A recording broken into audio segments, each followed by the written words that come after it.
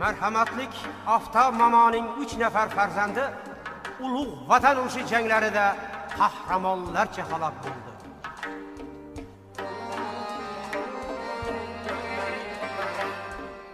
Uch og'ayni botirlar Yevropada yotirlar.